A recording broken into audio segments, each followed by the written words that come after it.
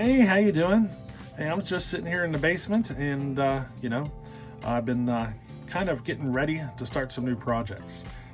I've been working on this P70, the How to Porter Chainsaw series, but I've been working on getting some parts gathered up for some other projects that are getting ready to get started.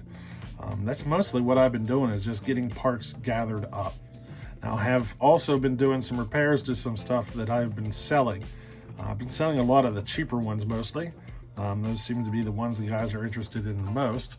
But, we got some other ones up for sale. And, hopefully one of these times here we will be able to get enough put together and get our lathe that we want.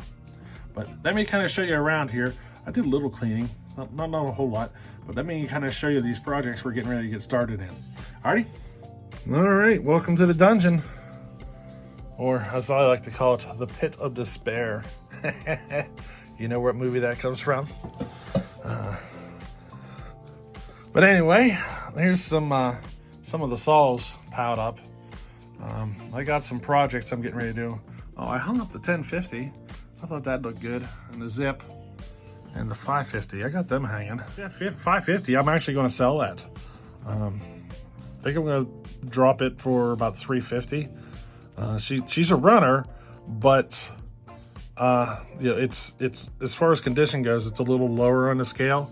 So I think I'm just going to sell it for $350. No bar or anything, just the power head. It's got a full wrap on it and everything. But I think that's what I'm going to do there, is sell that. But I'm working on getting stuff kind of together and getting ready to work on some other projects. So let me show you what you got coming up. A little insight into the future.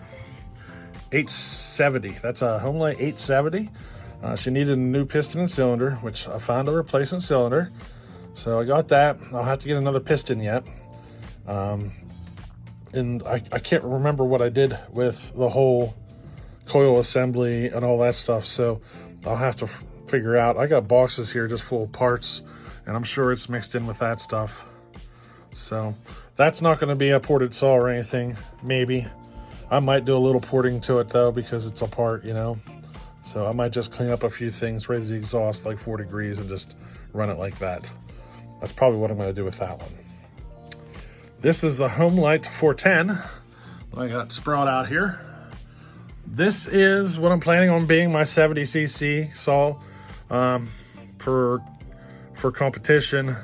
But the thing I'm going to run into here is I want to do some modifications to the intake. I'm having issues with these reeds I'm using. They work good up to a certain RPM point, but once you get to around the 12,000 RPM range, you start getting the reed flutter. So I'm looking at putting a different kind of reed on that. But the problem is, by the time I get it all bolted on there and everything, it's going to be huge and massive. And, she's not going to look like anything like a firewood saw by the time I'm done to it. So she's probably going to end up being a little more extreme than what folks will prefer to have in a 70cc class. But we'll see where this goes, because I might just try to build it and run the factory reeds, or just replace the factory reeds with a carbon fiber. I don't know. But I have a pretty hefty reed setup that I was thinking about putting on that to try to really turn this saw up. And I might just go that direction. And I might look at trying to get another one and build like 2 versions, like a really hot version and just a firewood version. But I think that's the direction I'd rather go. Now my 372, I got a new top end ordered for it. So we're going to go big bore on it. I'm waiting for that to come in, and then I'm going to be able to get started on that one. These are Bodie's saws, the Super XL Auto. It's just getting a repair in the XL76. So I'm working on getting the parts together for that, which I got some of them here. I'm still waiting on a couple of more parts, and then I'll be able to start on that. That's my 925 back there, which you see that pipe. I used to run that pipe on that saw, and I pulled it off because it basically blew the saw up. But I'm thinking about putting it back on and just running it like that for the heck of it, even if she pops, just to get some fun out of it, I've always wanted to try to put that saw on alcohol with the pipe, and I might do that and see what it does, She probably won't last long, but it'd be fun to watch, And then down here's the P70. That's our How to Port a Chainsaw series. And then over here you see a group of saws. So back here is a 360. I'm gonna port that. I wanna see how good I can get on one of those for, you know, for trying to turn it into a 60cc competition saw. I've never looked at the bearings on one of those though, so I don't know if it'll be able to handle it. And then these three here are all XL76s. All three of those need built. So as you see, I got 4 of these XL76s that are getting built. That one's mine. I'm building it into a firewood saw. One of these is Andrew's. It's gonna get a firewood build. And then I think that one there I'm gonna turn into my little hot, like try to get really hot. But I'm gonna try to drop it down to 54cc so I can run it in a 50cc class competition. So that's kind of my goal with that one. I was gonna put a 101, an XL 101 cylinder and piston in it. Drop it down to 54cc and try to get it, you know, it's kind of like a competition thing. But yeah, as you can see, we got some projects. I'm mostly digging up parts and sewing saws right now, but we're gonna be getting into some cool builds. Once I get started, you know, I wanna be able to have the parts here that I can just keep rolling on the saw. I've been kind of building the saw and getting the parts as needed, but I'm starting to kind of lose favor of that method, and I'm starting to prefer the point of like getting the parts I know I need all together before I start the project. I'm starting to prefer that method more, because then the other way there, you know, whenever you tear the saw down, then you start ordering parts, then you end up with stuff on hold and all that stuff, and you're waiting and waiting and waiting until you move into another saw. The next thing you know, that one's waiting on parts, and then you're moving into another saw, and it's kind of what I've been running into. So I'm starting to dislike that method. It just, you know, because you never know how long it's going to take to get parts. So I think what I'm going to do is, whenever I know I need the parts, I'm just going to go ahead and work at gathering them up before I do anything, you know. That way I have everything here and on hand ready to go. I still need to order some fuel line, fuel filters. I always need fuel line, boy, and fuel filters. There's like 2 sizes of fuel line I use mostly, and I need to get those. There's like 2 sizes of fuel line I use, and I need to get those. Well, the majority of the fuel line I use, but I actually need them all. I should just order big rolls of each one, you know. I go through so much of it, I should just order the big rolls. But I'm going to take it to the other side of the room now and kind of show you what's going on over there, because that's some of the saws that are getting sold and some of the stuff that's, you know, getting ready to head out and everything. So let me show you the other side of the room. So here we are on the other side, Mr. Obsolete 610. That's probably going to be shipping out within the next week or 2.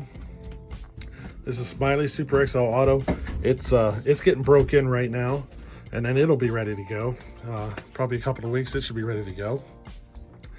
That's another 925 project, and I'm still thinking about using one of them as my 80cc competition saw. Problem is, I'll end up blowing it up. I know I will. Just trying to get the RPM in out of it and everything. I will end up stretching the connecting rod. I know I am. But it'd be fun to try to do it with an old 925, you know? And I'm still debating on trying to do it. See, I was going to do it with a 550, but, you know, they have a lot of bearing issues that I've heard of. So I figured, you know, instead of putting the 550 under more bearing stress, I'll just leave it as is and just keep focusing on the 925, see what I can do with it. I might even see about locating something else. Now right now I'm planning on using the 372, but it'd be cool to be able to run a Homelite 80cc saw in the 80cc class, you know? So we'll see how things develop, you know? Now there's my Briscoe built 4910 sitting here. I leave it kind of over here because this is the way in and out of the basement. So anytime I'm heading firewooded, that one goes with me pretty much every time. It's small, it's light, and it's got a lot of power. She can handle pretty much anything I throw at it. And that's one of my favorite saws to take with me firewood. And, you know, if I just want to get out there and get the job done, that's the one I want to take. Here's my 925 I put up for sale. I've had some people interested, but nobody has liked the price tag, which I'm not surprised, you know. She's an expensive one. I'm actually thinking about building it. If it doesn't sell, just build it, turn it into my ported firewood saw. It'd be a mild build. and then just keep it and run it. And I bet you once it was built and ported and ran for a while, I'd be willing to bet somebody would be willing to pay the money for it then. You know, it's kind of funny. People pay a little more whenever they're ported, you know. What else? 400, the XL 400, it's up for sale right now, and that XL 12. Looking for buyers there. And then I just threw some other stuff over here. The S55's here. There's a zip back here, a couple of concrete saws. The 520 there. Back there's Andrew Butler's saw. She's running fine. She's still here because of just the cost of shipping. It's going to be at least $100 to get it to him. And I know he was thinking about making a trip down this way, so we're kind of waiting to see, because, you know, save some money on shipping and just hand it to him in person. You know what I mean? And then some Super Easies are sitting here. This one's up for sale right now. I'd sell this one too. I've ran this one on the channel. The early videos, if you see me running a Super Easy, that's it. And then I got saws letting on the floor around me and everything. They're all for sale, all the ones on the floor. But, you know, I got that alcohol sitting right there, the M1. That's M1 methanol is what it is. I need to put that to use. That's why I'm thinking about putting a pipe on that other 925, throwing that in there, and see what happens. I might need to get some Kevlar gloves and maybe some other things. You know what I mean? But yeah, that's where we're at. Some of these saws I have for sale, I've got a lot of people inquiring. Just nobody has money to cough up right now to make a purchase. So, you know, she's taking a while. I have sold some stuff, and most of it's like cheaper. A couple of more expensive items have sold, but most of what's been selling is just cheap. Some parts, you know, just really inexpensive stuff. But she's going to take a while to get the funds together, I think. It might take a while longer than I hope. Unless I can get that 550 sold, and, you know, maybe the 400 sold and that XL12 sold. If I can get those three sold quick, I'd probably have enough together to get the lathe. So, yeah, the right combination of saws sold, and I'd have enough money together, you know. But let's see where she goes, you know. I got something else I want to show you. So I picked up a new wheel for the grinder. I ordered one of those CBN wheels, and I thought something was strange whenever I got it, because it says Diamond on the wheel, and I ordered a CBN. And Briscoe and I started talking, and he got one. His says Diamond on the wheel. We ordered it from the same website and everything. Now, if you look at the description under this particular model, it says it's for steel chain. But now, if you look up the research on these, you know, the diamond blades aren't meant for regular saw chain, regular steel chain. You specifically are supposed to use a CBN wheel. And I'm wondering if the website has their description wrong, because this definitely says Diamond on it, and it doesn't say anything about CBN. CBN is a different kind of composite. So I'm wondering if they sent me the wrong wheel, or they have their description wrong or something, because this without a doubt says Diamond on it. And it does not work that great on this chain. You have to go really super slow to keep from trying to melt it and create a big burr and everything. So as long as you go super slow, it'll work. But I feel like it should work better than that, because my pink wheels, I can get my pink wheels to do better than that one. Well, with less effort, I should say. This still creates a nice cutting edge, but you gotta be super slow with it. And I actually like my pink wheels over that, which is part of the reason I think I got the wrong wheel. Thinking about going through a different website and order another one that specifically says CBN and then CN, because I think I got the wrong one. Technically, the diamond ones are meant for carbide chain, and the CBN is meant for steel chain. So, and I've looked at pictures, and they do stamp right on them. One says diamond and one says CBN. So I'm suspicious that I got the wrong one. I think they got them mixed up, their description, and I think they got things mixed up in their description or something. Because the part number on the wheel is what they sent me, but the description says it's for steel chain. But I can tell you, it doesn't do that great. Not that great at all. And it does say Diamond on it. And if you do the research, diamond is for carbide. So they do say you're not supposed to intermix. You're not supposed to use the carbide style on a regular steel chain and vice versa. So we'll see about that here in the future. Maybe I'll give the company a call and see what they say. Now I thought you guys would enjoy a view from this vantage point. This is what I'm using for heat down here. I forgot I had this laying around. But if you run this on low, a tank lasts about 24 hours. And since I'm only down here for an hour or two at a time, you know, she works just fine. But I thought you guys enjoyed this point of view. Kind of how I have things set up. You know, the shelves and the saws all the way around. That stuff over there is a whole bunch of guitar gear that I'm probably going to sell most of it. I've already got one thing sold. I sold a half stack. I don't use a half stack anymore.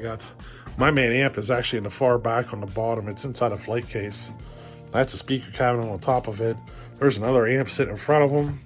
And that flight case is empty all but for one little thing. So I'm probably going to sell half of that sitting there. But that's the table everything comes from. My little pump there for pressure testing, and I got toolboxes sitting here.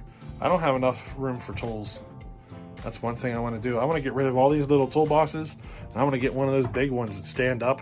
That way I can just kind of roll it here and have all my tools in one big toolbox.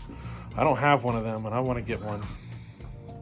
But I thought you'd enjoy this. But I thought you'd guys enjoy. This is the view of my work area where I do things. Besides, you know, down this line, that's where I do all my metal work. But that's where I do all my metal work. I like to keep all the metal work, you know, separate. You know, we got it down far end. There's a sander, the drill press, a little welder, bench grinder. This is where I do all my grinding work, and it's a train wreck right now. I got to get it cleaned up. I like to put the cylinders inside the vise and let the vise hold them while I do my work. But yeah, that's what I use for my grinding station. I'd like to get another one of these set up, but I just have the one. I just keep changing the bits out. But yeah, I thought you guys would enjoy this little insight for this video. Now, my plan is to get Bode's Super XL Auto done first. Simple repair. And then I think after that, I'm going to start tearing into those XL76s. I think I'm going to do 4 of them. And, you know, I got to get those parts in. But, I don't know. I got to get 4 76s built, ported, get the parts in for them. And then I think I'm going to work on that 360, get it tore down. And then that Homelite 410, it's just going to be kind of mixed in here and there because it's getting a lot of crazy things done to it. That one's going to take a long time to be done. So, you know, you have to stay tuned to see those videos when it comes out. But yeah, little update there. I thought you guys enjoy this. So, hey, we'll catch you on the next one. Later.